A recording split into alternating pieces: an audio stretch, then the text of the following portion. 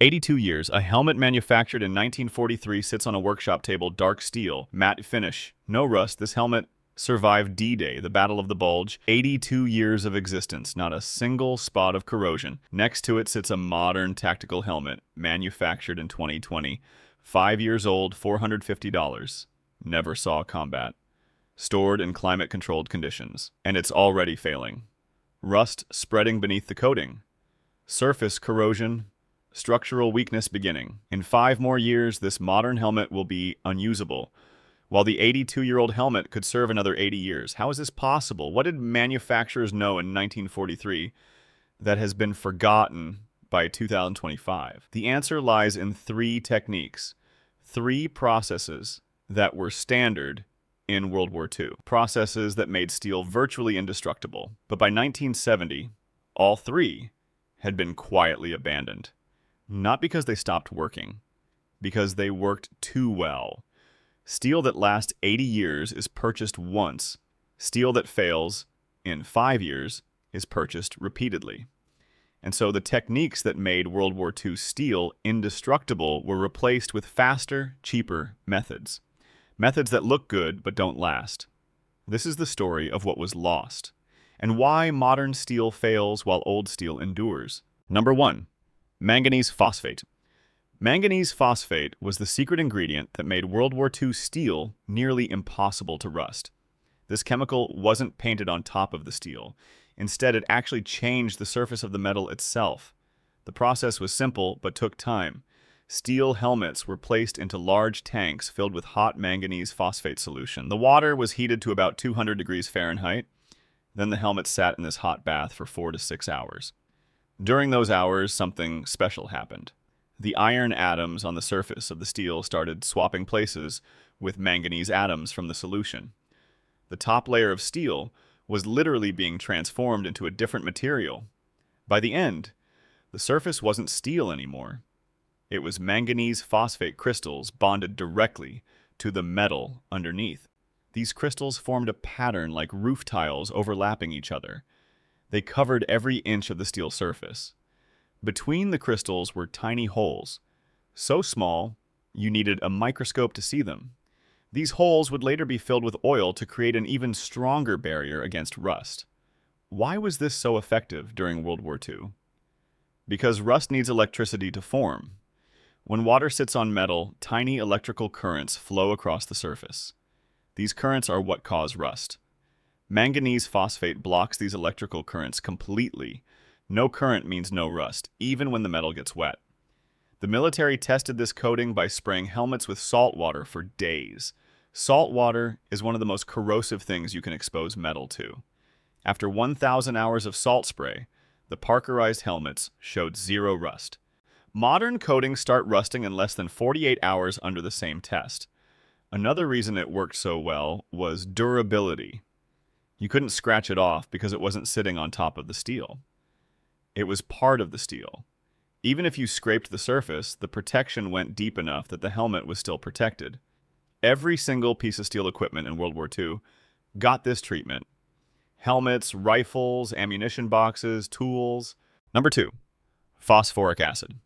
Phosphoric acid was the controller in the Parkerizing bath.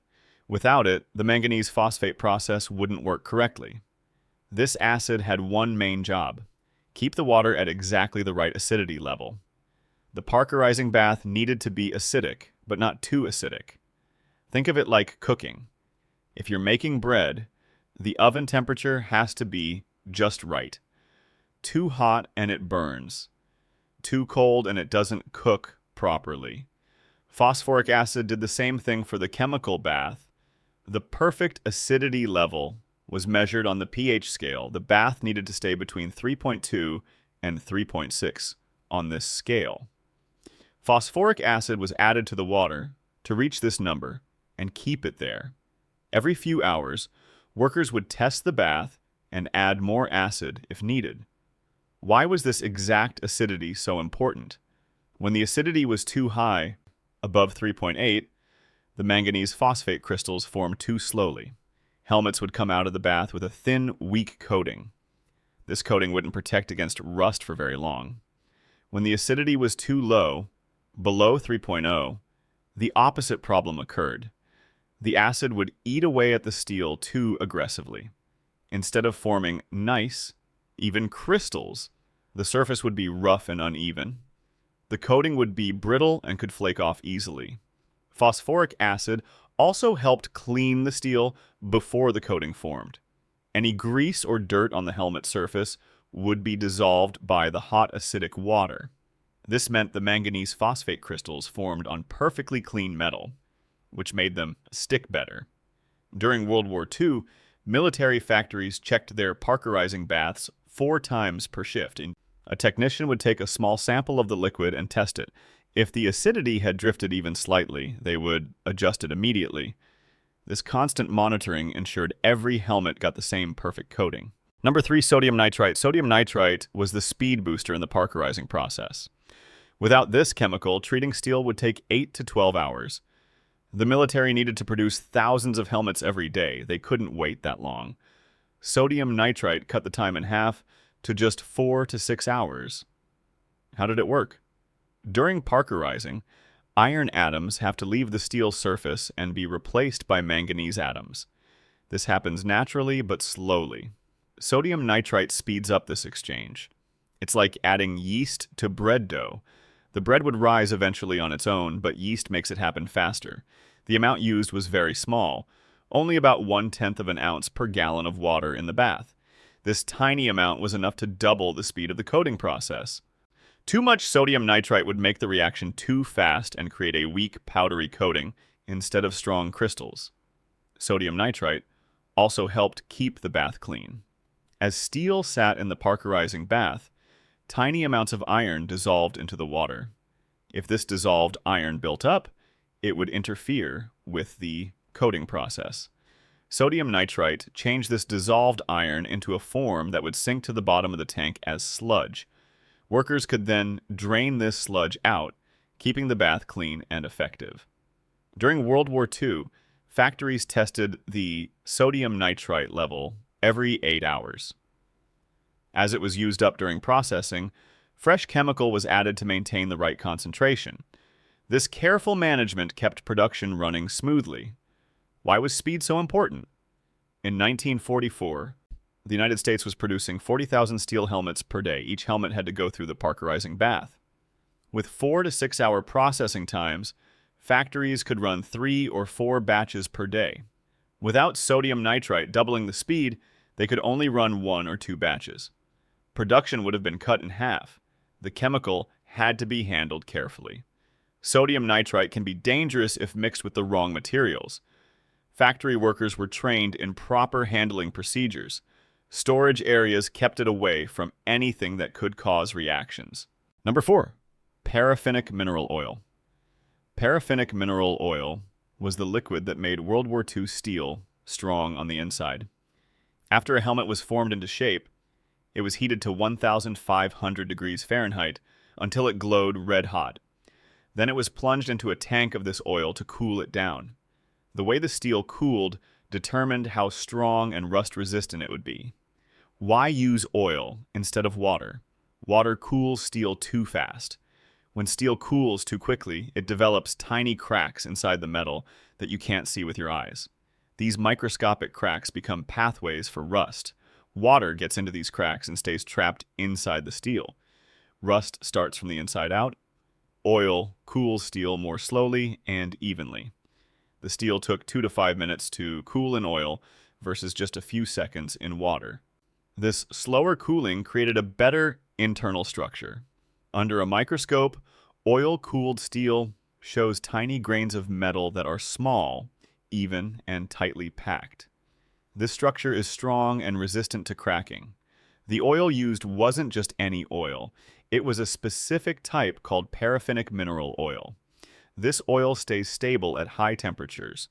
When red-hot steel touches the oil, the temperature spikes above 500 degrees.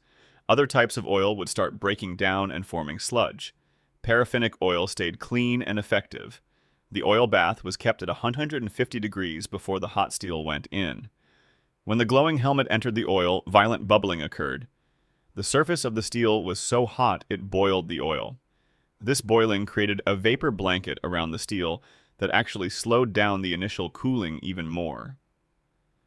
After a few seconds, the vapor phase ended and liquid oil touched the steel directly, completing the cooling process. Why was this so effective during the war?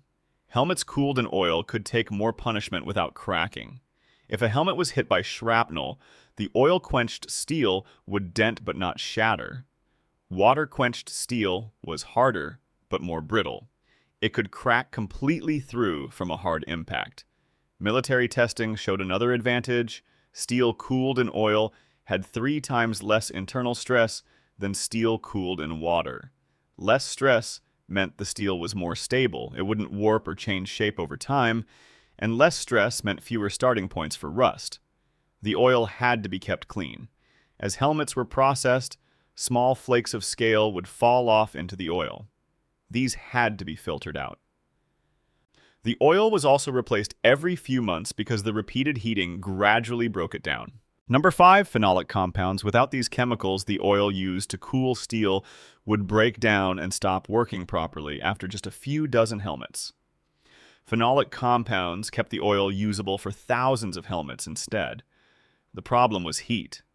Every time a red-hot helmet at 1,500 degrees entered the oil bath, the temperature spiked dramatically. This intense heat caused the oil molecules to react with oxygen from the air.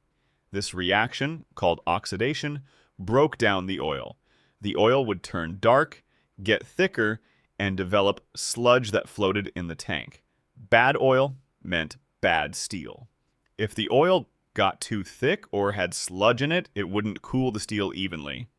Different parts of the helmet would cool at different rates. This created internal stresses and weak points. The helmet wouldn't meet military standards. Phenolic compounds stopped this breakdown. These chemicals worked at the molecular level. When oil molecules started to oxidize and break apart, the phenolic compounds would step in and stop the chain reaction. It's like having firefighters who put out small fires before they can spread to the whole building. The amount needed was small. Only about 1% of the oil was phenolic compounds. But this tiny amount extended the oil's life by 10 times or more. Fresh oil could handle 50 helmet cooling cycles before it needed replacement. Oil with phenolic compounds could handle 500 to 1,000 cycles.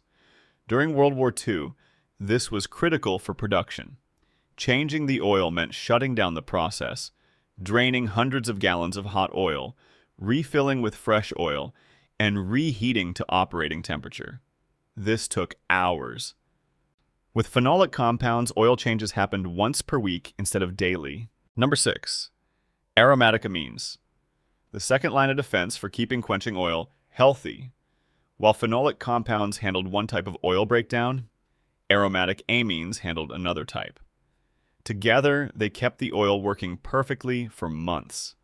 The specific problem aromatic amines solved was peroxide formation. When oil is repeatedly heated and exposed to air, it forms compounds called peroxides. These peroxides are unstable and dangerous. If enough peroxides build up, they can cause the oil to suddenly degrade all at once. The oil would go from good to unusable in a matter of hours. Aromatic amines broke down these peroxides before they could accumulate. The amines would react with the peroxides and convert them into harmless, stable compounds. This prevented the sudden collapse of oil quality that could shut down production. These chemicals also worked at cooler temperatures than phenolic compounds. Phenolic compounds were most effective when the oil was very hot, right when the red-hot steel entered the bath. Aromatic amines worked well even when the oil was just warm, around 100 to 150 degrees. This provided protection even when the quenching process wasn't actively running. This was important for military factories that ran 24 hours a day. During shift changes or meal breaks, the oil would sit unused for 30 minutes or an hour. During these idle periods, the bulk oil would cool down somewhat. Aromatic amines kept protecting the oil even during these downtimes. The concentration used was about 0.5% to 1% of the total oil. Combined with the phenolic compounds, at 1 to 2%, The total inhibitor package was about 2 to 3% of the oil. This small investment in chemicals provided massive benefits in oil life and steel quality. One visible benefit of aromatic amines was that they kept the oil from turning dark. Fresh quenching oil is light amber colored, like honey. As it degrades, it turns brown and eventually black. Dark oil is bad oil. It contains breakdown products that interfere with even cooling. Number 7. Paraffin wax. Paraffin wax was the foundation of cosmoline, the thick coating that protected World War II steel for decades in storage. This wax was made from petroleum and refined to have a melting point around 140 degrees Fahrenheit. At room temperature, it was solid. When heated, it became liquid. This property made it perfect for protecting steel. Here's how it worked. After a helmet went through the parkerizing process, it was still warm. Workers would dip this warm helmet into heated liquid cosmoline or brush the liquid coating onto the surface. Because the helmet was warm and the cosmoline was heated, the wax stayed liquid long enough to flow into every tiny crack and pore on the metal surface. As the helmet cooled down to room temperature over the next hour, the wax solidified. It turned from a liquid back into a solid wax coating. This solid layer created a complete barrier between the steel and the outside air. No moisture could get through. No oxygen could reach the metal. Without moisture and oxygen, rust cannot form.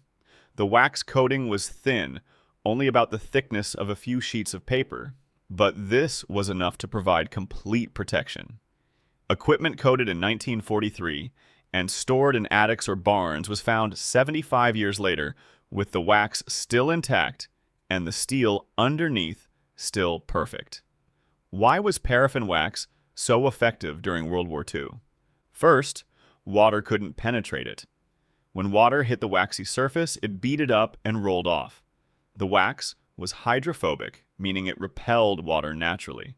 Second, the wax was stable. Many materials break down over time. Rubber dries out and cracks. Regular oils evaporate or turn to sludge. Paraffin wax just stayed as paraffin wax. Decade after decade, it remained chemically unchanged. A coating applied in 1943 was still doing its job in 2020. Third, the wax sealed the microscopic pores in the parkerized surface. Remember, the manganese phosphate coating had tiny holes between the crystals. These pores needed to be filled to create a complete barrier. Liquid paraffin wax flowed into these pores perfectly as it was applied. When it solidified, every pore was plugged. Number 8. Light petroleum distillate. Light petroleum distillate was the final ingredient in cosmoline that made everything work together perfectly. This liquid had one critical job: push water away from the steel surface before the wax sealed everything up. Think about what happened during helmet production. After parkerizing, helmets were rinsed with water to remove excess chemicals. Even after shaking off the water and letting helmets drip dry, tiny amounts of moisture remained on the surface. Microscopic water droplets sat in crevices and pores. If cosmoline was applied over these water droplets, they would be sealed against the steel. Over time, this trapped water could cause rust. Light petroleum distillate solved this problem. This liquid was a thin oil that flowed easily and didn't mix with water at all. When heated cosmoline containing this distillate touched a steel surface with water droplets, the distillate flowed across the metal and physically pushed the water out of the way. This happened in seconds. The distillate had lower surface tension than water, so it naturally spread faster and displaced the water. By the time the cosmoline coating was complete, any water that had been on the surface was gone. The wax and rust inhibitors contacted only clean, dry steel. The distillate also made the cosmoline easier to apply. Pure paraffin wax, even when melted, is quite thick. It flows slowly, like honey. Adding 5 to 15% distillate thinned the mixture. The cosmoline became more fluid and could flow into complex shapes and hard-to-reach areas. This was important for helmets. The inside of a helmet has ribs, curves, and tight corners. Thick cosmoline might not reach into these areas. completely, leaving gaps in protection. Thinned cosmoline flowed everywhere, ensuring complete coverage. During World War II, equipment was often coated while still slightly damp. In high-production factories, there wasn't time to wait for every helmet to dry completely after parkerizing. The petroleum distillate in cosmoline allowed coating of slightly damp equipment without trapping moisture. After the cosmoline cooled, the distillate remained liquid while the wax solidified. This meant the final coating wasn't completely hard and dry. It had a slightly oily feel. Oily. So was World War II steel truly invincible? Did it have some quality that meant it never rusted? The honest answer is no. The idea that World War II steel never rusts is a romantic exaggeration. Anyone who has seen photos of shipwrecks at the bottom of the Pacific, their hulls disintegrating, knows this steel can and does corrode. What is absolutely true is that steel made for critical wartime applications was given a much better fighting chance against nature than most steel is today. It's also fundamentally untrue that all modern steel is worse. The specialized alloys in a modern jet engine turbine blade or a surgeon's scalpel are light years ahead of 1940s technology. They are purer, stronger, and engineered with unimaginable precision. We haven't lost the knowledge of how to make durable materials. We've just reserved the most advanced and expensive ones for applications where the extreme cost is justified. What we're really seeing when we compare a rusty modern car to a solid piece of an old Jeep is a profound difference in philosophy. The Willys Jeep's incredible durability was the accidental byproduct of a design philosophy where the cost of failure was absolute and unacceptable. It wasn't built to be disposable because the mission it supported was not disposable. It was built to be dependable. The legend, then, is an exaggeration, but one rooted in a profound truth. The steel wasn't magical, but it was the product of a unique moment in history, a time of high-quality raw materials, brute force engineering, an uncompromising approach to protection, and a national mindset that valued rugged durability above all else.